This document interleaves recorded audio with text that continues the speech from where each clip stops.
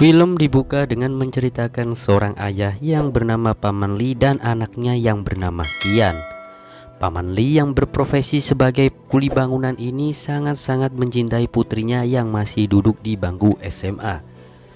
Bahkan setiap mau berangkat kerja, Paman Lee selalu menyempatkan untuk mengantarkan Kian ke sekolahnya terlebih dahulu.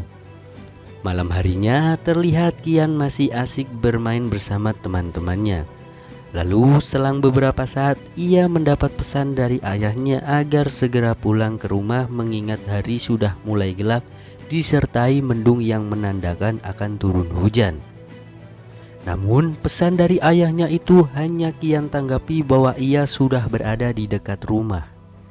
Karena sudah merasa tenang, ayahnya pun kembali melanjutkan pekerjaannya sampai pada akhirnya hujan yang lebat membuatnya untuk menyudahi pekerjaannya saat ini. Di sisi lain ada Kian yang baru saja selesai dari permainannya lalu bergegas pergi pulang ke rumah.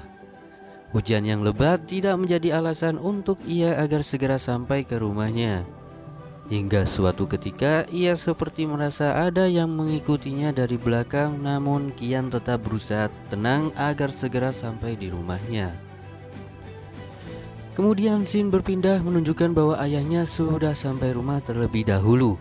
Ia pun masuk dan melihat keadaan rumahnya dalam keadaan sepi sampai pada akhirnya ayahnya pun mengecek ke kamar Kian dan melihat bahwa putri tercintanya ternyata belum pulang sampai saat ini. Karena merasa cemas, ayahnya pun kemudian mencoba menghubungi Kian, akan tetapi nomor putrinya tersebut ternyata tidak aktif atau tidak bisa dihubungi. Akhirnya ayahnya pun mencoba menghubungi ayah dari sahabat dekatnya yang bernama Liu Wen. Kini ayahnya pun semakin cemas ketika mendengar informasi dari ayah Liu Wen bahwa Liu Wen sudah pulang dari tadi.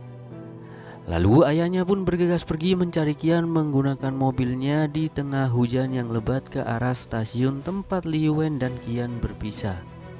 Dan film Hovering Blade dimulai.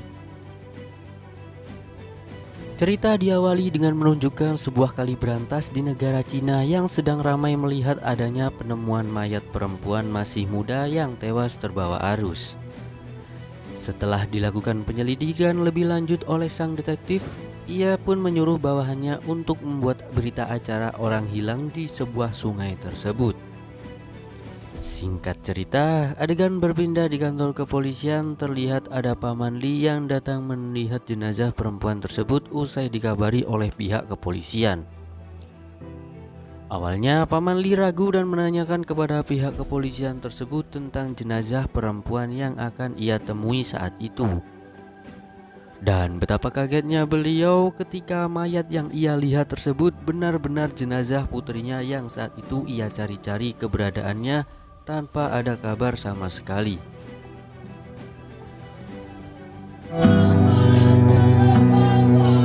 Ini para polisi berusaha menenangkan Paman Lee yang terpukul dan histeris melihat putri sematawayangnya meninggal dunia dengan tidak wajar. Kemudian detektif Liang itu pun mencoba menginterogasi Paman Lee mengenai kedekatan putrinya dengan siapa dan apakah Kian tersebut memiliki pacar yang mungkin tidak diketahui oleh Paman Lee. Paman Lee pun menjawab bahwa Kian tidak pernah punya pacar dan Paman Lee terus menanyakan kenapa putrinya bisa sampai meninggal di sungai tersebut. Akhirnya detektif itu pun berkata bahwa hasil otopsinya akan keluar dalam 2 hari untuk mengetahui kejelasannya. Hari demi hari terlihat bahwa Paman Lee sama sekali tidak beranjak pergi meninggalkan kantor kepolisian. Ia terus menunggu di luar sampai mengetahui penyebab kematian putrinya secara jelas. Lalu scene berpindah di ruangan forensik. Kini para ahli sedang mencari penyebab kematian Kian dan diketemukanlah beberapa faktor yang tidak lain dan tidak bukan adalah korban pemerkosaan.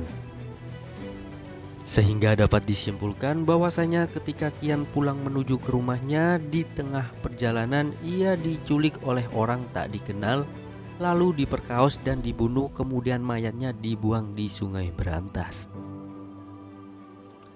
Malam ke malam, Paman Li lewati di depan kantor kepolisian tanpa makan tanpa tidur hanya untuk mengetahui hasil otopsi kematian anaknya.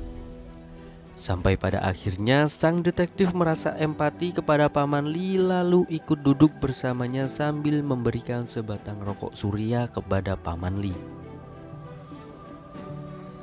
Paman Li bercerita mungkin apabila ia menjemputnya sekolah kala itu, kejadian ini tidak mungkin menimpa kepada putrinya. Paman Li juga bercerita untuk siapa lagi ia akan pulang jika tidak untuk menemui putrinya tersebut. Keesokan harinya, detektif Liang melakukan reka adegan di Sungai Brantas tempat ditemukannya mayat Qian kala itu. Pihak kepolisian sengaja tidak memberitahu hasil otopsi Qian kepada Paman Li karena tidak ingin melihat Paman Li terpukul untuk kedua kalinya mendengar hasil yang sesungguhnya. Kali ini detektif Liang dan rekannya berencana untuk membongkar kasus ini terlebih dahulu, dan jika kasus pembunuhan Qian ini berhasil dipecahkan, baru mereka akan mengabari Paman Li dengan harapan membuat Paman Li lebih tenang. Setelah dilakukan penyelidikan di Sungai Brantas, kini sang detektif mulai mengecek beberapa CCTV tempat terakhir yang Qian lalui.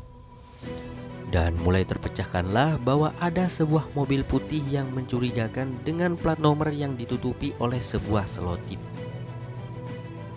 Keesokan harinya, saat salah seorang remaja bernama Lu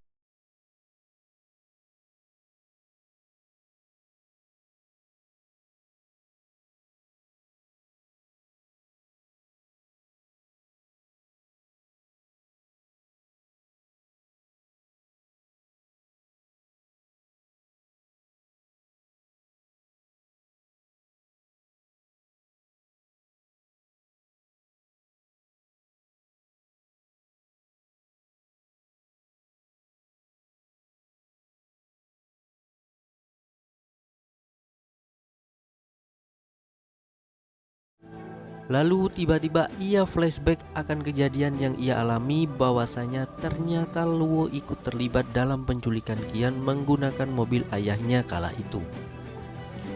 Namun ada kejanggalan kali ini, yang mana Luo ini seperti ketakutan dan dipaksa oleh kedua temannya tersebut untuk mengemudikan mobilnya sambil mengikuti Qian di jalanan yang sepi, lalu melakukan aksinya dengan menculik Qian saat perjalanan pulang.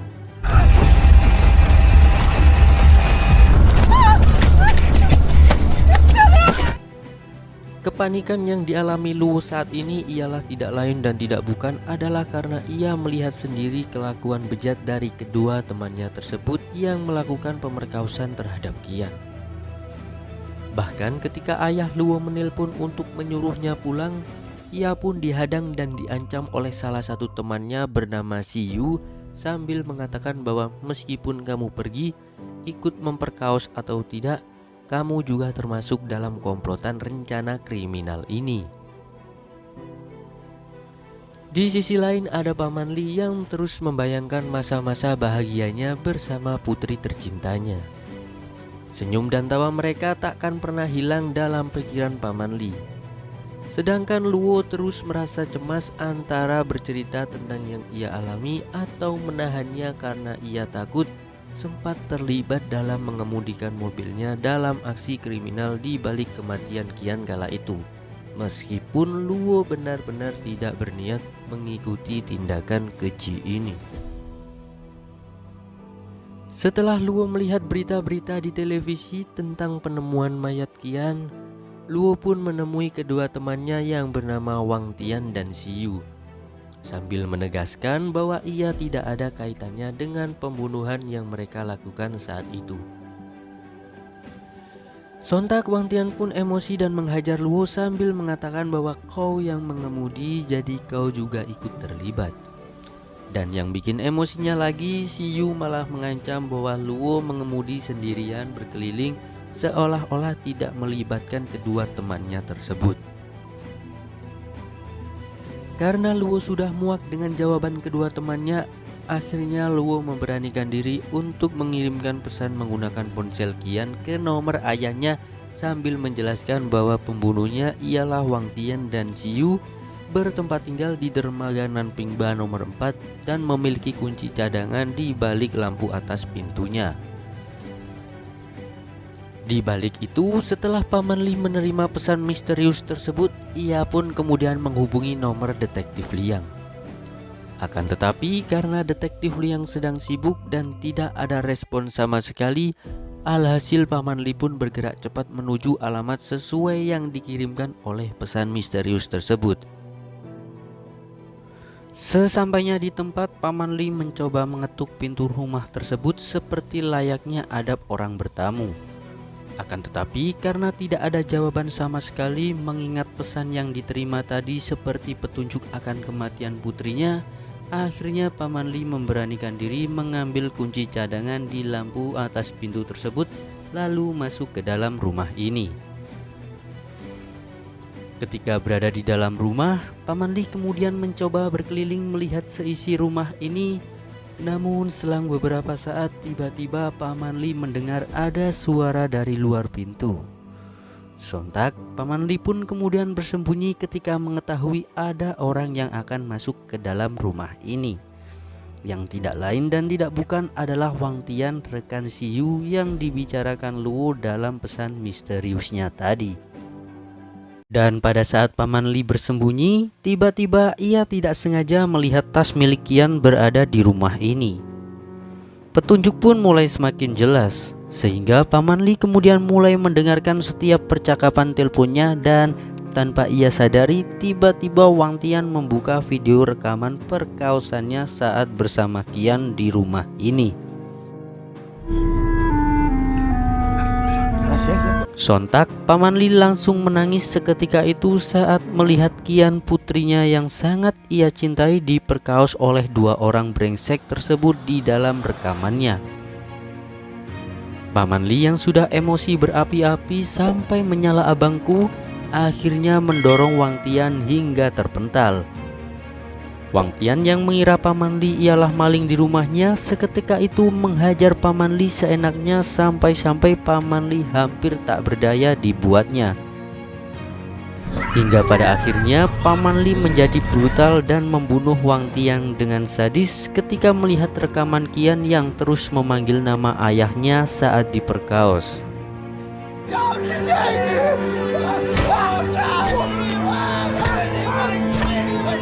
Kini Paman Li sudah mulai lega karena sudah membunuh salah satu pelaku dari pemerkosaan putrinya tersebut. Akan tetapi kesedihan dan bayangan saat-saat indah bersama putrinya tetap menyelimuti di setiap langkah-langkah Paman Li. Dengan bermodalkan foto dan pesan masuk dari Xiyu di ponsel Wang Tian itu, Paman Li kemudian bergegas pergi mencari keberadaan Xiyu.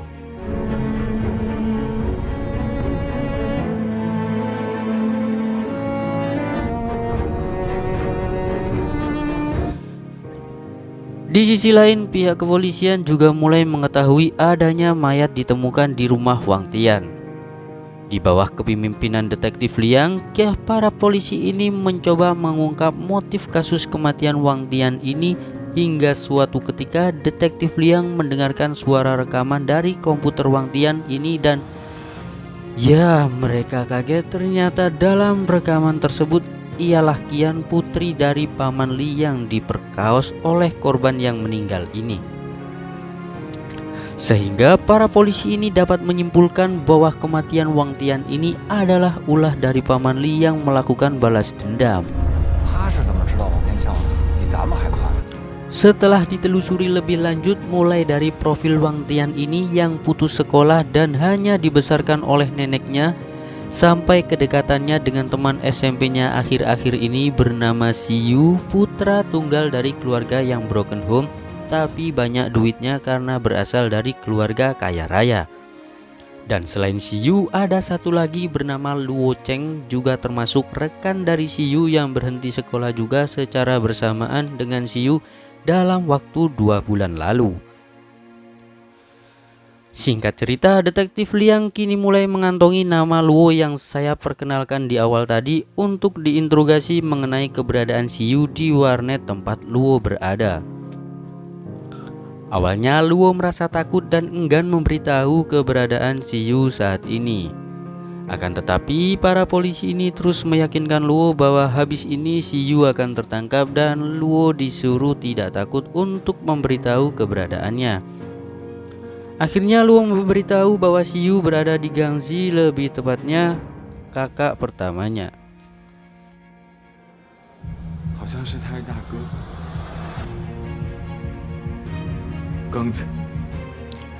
Kemudian adegan kembali berpindah menunjukkan Paman Li sudah sampai di kota Shiping tempat Siyu berada sesuai dari pesan yang dikirimkan melalui ponsel Wang Tian. Ia pun berkeliling sampai pada akhirnya ia menemukan kosan di daerah kota tersebut. Meskipun tempatnya sedikit kotor, tidak menjadi masalah bagi Paman Li untuk singgah sejenak di kota ini. Lalu adegan berpindah di kantor kepolisian. Detektif Liang kini terus mendalami kasus Siyu dan kembali terungkap bahwa ternyata ini bukan kali pertamanya ia melakukan aksinya. Sebelumnya Siyu ini pernah melakukan hal yang sama dengan korbannya yang bernama Lin Yu dan Wang Yi. Akan tetapi dari pihak Lin Yu sudah mencoba ikhlas dan membangun kembali kehidupannya di luar kota. Berbanding terbalik dengan Wang Yi yang bunuh diri karena merasa sudah ternodai oleh ulah Siyu dan Wang Tian sebelumnya. Selang beberapa saat tibalah keluarga Siyu menemui panggilan kepolisian. Namun bukannya meminta maaf atas kelakuan bejat anaknya, mereka malah membela putranya seolah-olah masih di bawah umur. Bahkan mereka beranggapan bahwa itu semua adalah ulah para korbannya yang selalu mengganggu Siyu terlebih dahulu. Detektif Liang yang sudah emosi jelas tidak membenarkan asumsi keluarga Siyu yang dengan enaknya berniat mengganti rugi seolah-olah hukum bisa dibayar seperti di negara Konoha. Setelah pertemuan mereka usai, tiba-tiba di luar keluarga Siyu dihadang oleh ayah Wang Yiyi yang sebelumnya juga termasuk korban dari Siyu sebelum kasus Qian ditemukan. Ayah Wang Yiyi baru tahu kematian putrinya ini usai diberitahu oleh pihak kepolisian karena sebelumnya ayahnya Wang Yiyi hanya menganggap Wang Yiyi bunuh diri seolah-olah depresi akan masalah yang tidak diketahui sama sekali oleh ayahnya. Singkat waktu, Paman Li yang berada di kosan terus menggali informasi tentang keberadaan Siyu sambil memutar isi video di dalam flash disk Wang Tian. Hingga suatu ketika Paman Li melihat dalam rekamannya bahwa Siyu sempat berada di bengkel Fugui yang berlokasi tidak jauh dari kosan yang ia tempati.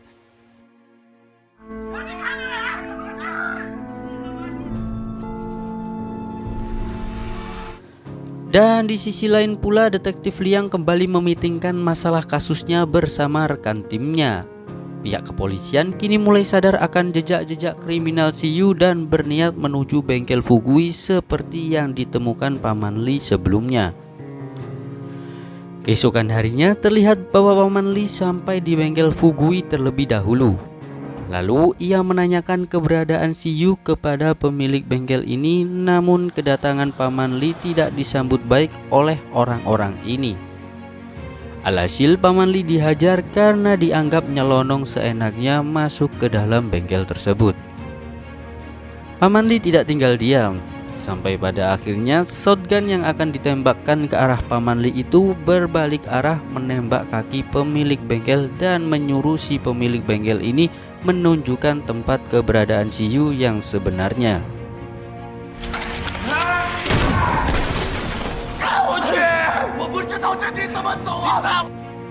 Setelah mendapatkan informasi dari pemilik bengkel bahwa Siyu berada di hotel terbengkalai, Paman Li kemudian pergi sambil membawa shotgun dan beberapa peluru menuju kosannya kembali untuk istirahat sejenak.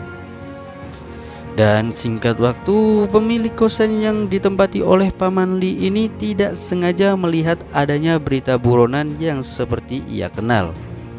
Setelah dipastikan bahwa berita itu benar-benar menunjukkan bahwa Paman Li adalah orangnya seperti yang ada di dalam berita. Akhirnya si pemilik kosan ini kepo dengan latar belakang Paman Li, hingga akhirnya ia mencoba masuk ke dalam kosan Paman Li lalu membuka isi di dalam laptopnya.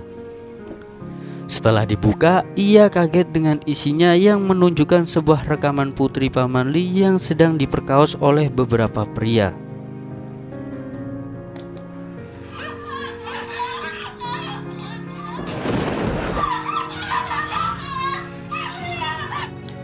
Selang beberapa saat, Paman Li tiba di kosannya tersebut. Lalu tidak lama kemudian datanglah pemilik kos yang meminta Paman Li untuk menunjukkan identitas sebenarnya.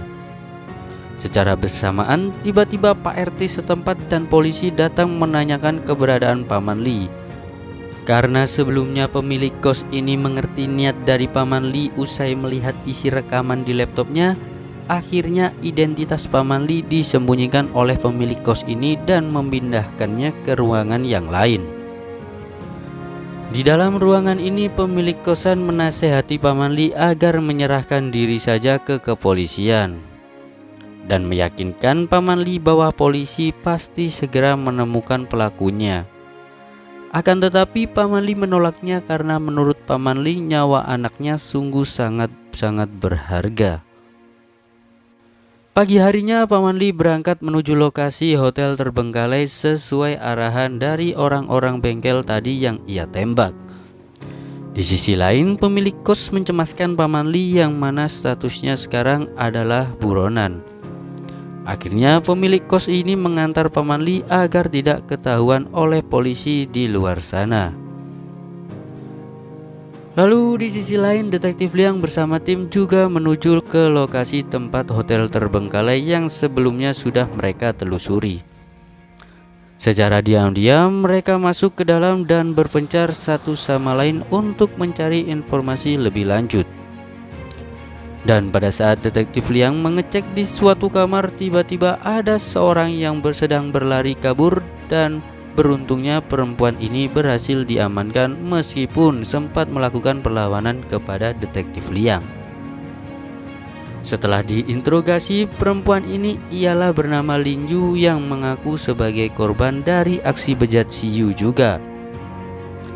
Ia juga mengaku diancam oleh si Yu apabila berbuat macam-macam, video mesumnya akan disebarluaskan.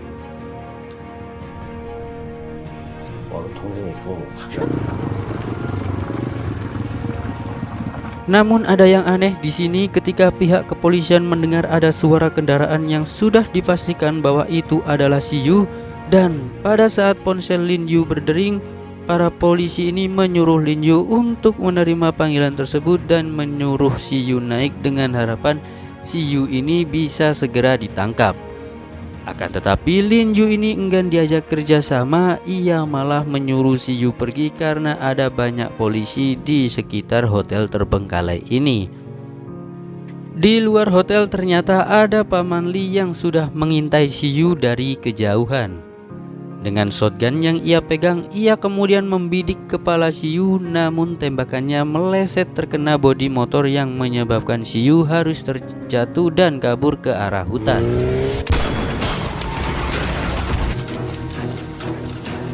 Kini Paman Li mulai ketahuan keberadaannya oleh Detektif Liang ketika ia menembakkan shotgunnya dari luar hotel. Detektif Liang kemudian menghubungi rekan timnya yang melakukan pengejaran bahwa Paman Li yang buron juga ada di sekitar kita. Di sisi lain, Paman Li terus melakukan pengejaran terhadap si Yu di dalam hutan. Sampai pada akhirnya Paman Li harus kehilangan jejaknya karena mungkin tenaga tua versus tenaga muda. Namun pelarian Paman Li harus terus berlanjut karena ia juga dikejar-kejar oleh Detektif Liang di belakangnya. Dan pada saat berada di tempat kolam renang terbengkalai, Paman Li memutuskan untuk bersembunyi karena ia sudah merasa kelelahan sambil mendengarkan ocehan Detektif Liang dari kejauhan mengenai tindakan Paman Li yang melakukan balas dendam ini. Karena dirasa tenaganya sudah lumayan pulih, Paman Li kemudian kembali melanjutkan pelariannya.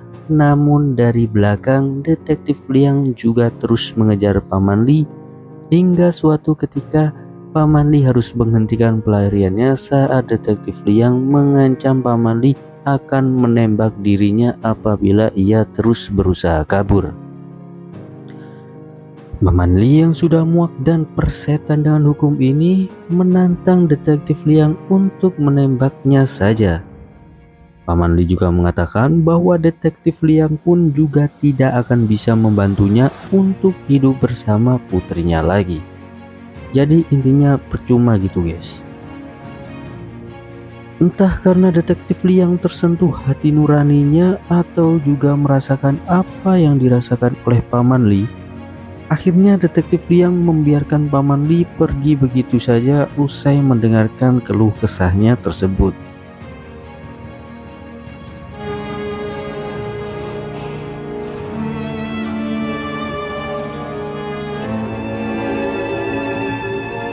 Kemudian scene berpindah menunjukkan Luo sedang dihubungi oleh Xiu sambil marah-marah menganggap Luo sudah memberitahu tentang masalahnya kepada pihak kepolisian.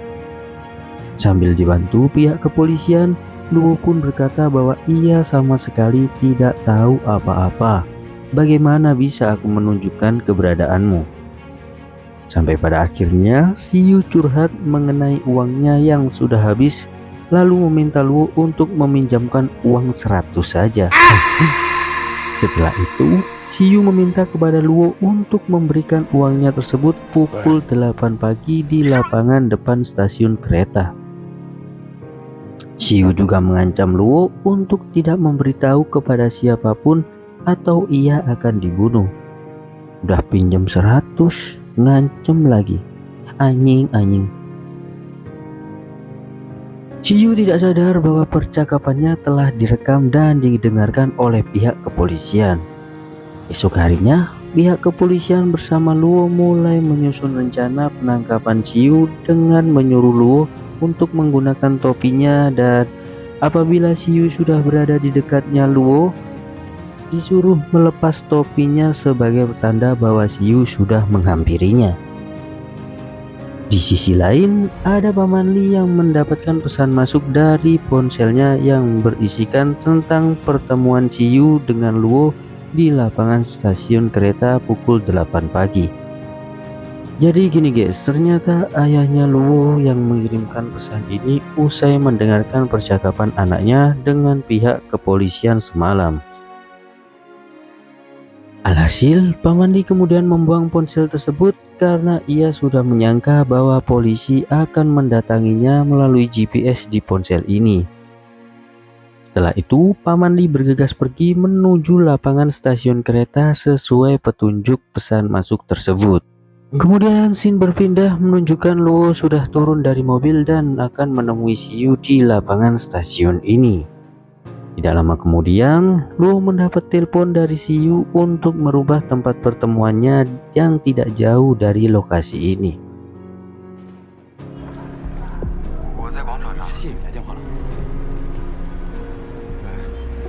Tidak lama kemudian, Xiu muncul dari belakang Luo.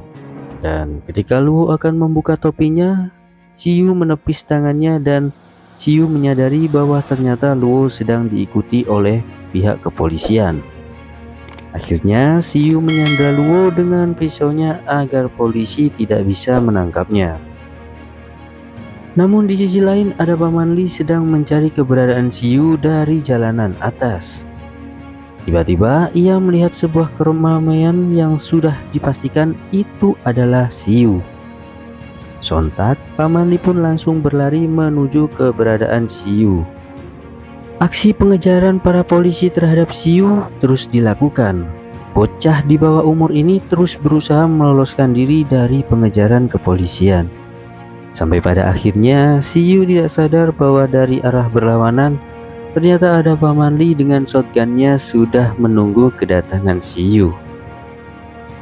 Dan di tengah keramaian, Paman Li langsung memberikan sarapan pagi kepada Xiu dengan memukul wajahnya menggunakan shotgun yang ia pegang.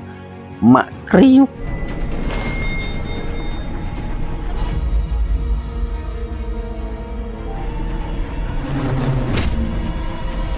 Terlihat Orang-orang langsung berhamburan pergi ketika melihat Paman Lee membawa senjata sambil menghajar Siyu yang menodongkan shotgunnya tepat di kepala Siyu.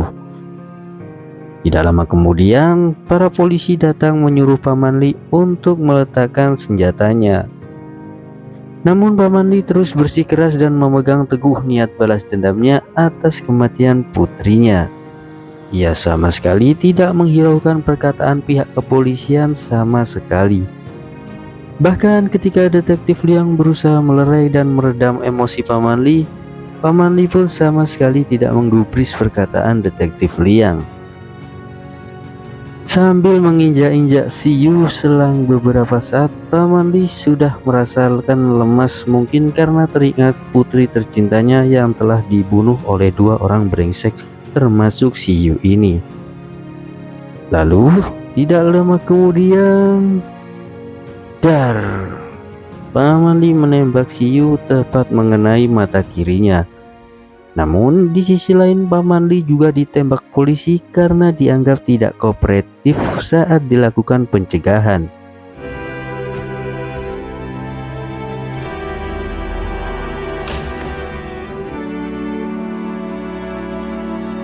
Akhirnya Siyu ditangkap, sedangkan Paman Lee nyawanya tidak terselamatkan ketika akan dibawa ke rumah sakit. Dan film pun tamat. Pesan-pesan yang dapat diperoleh dari film ini adalah sediam-diamnya perilaku seseorang, sekonyol-konyolnya wajah dan tingkah lakunya, akan tetapi jika sudah orang yang dicintainya, apalagi anak kandungnya sendiri diperkaos dan dibunuh, pasti akan menjadi brutal, bahkan kebrutalannya mampu mengalahkan psikopat-psikopat di luar sana. Saya El Mufi undur pamit. Wassalamualaikum warahmatullahi wabarakatuh.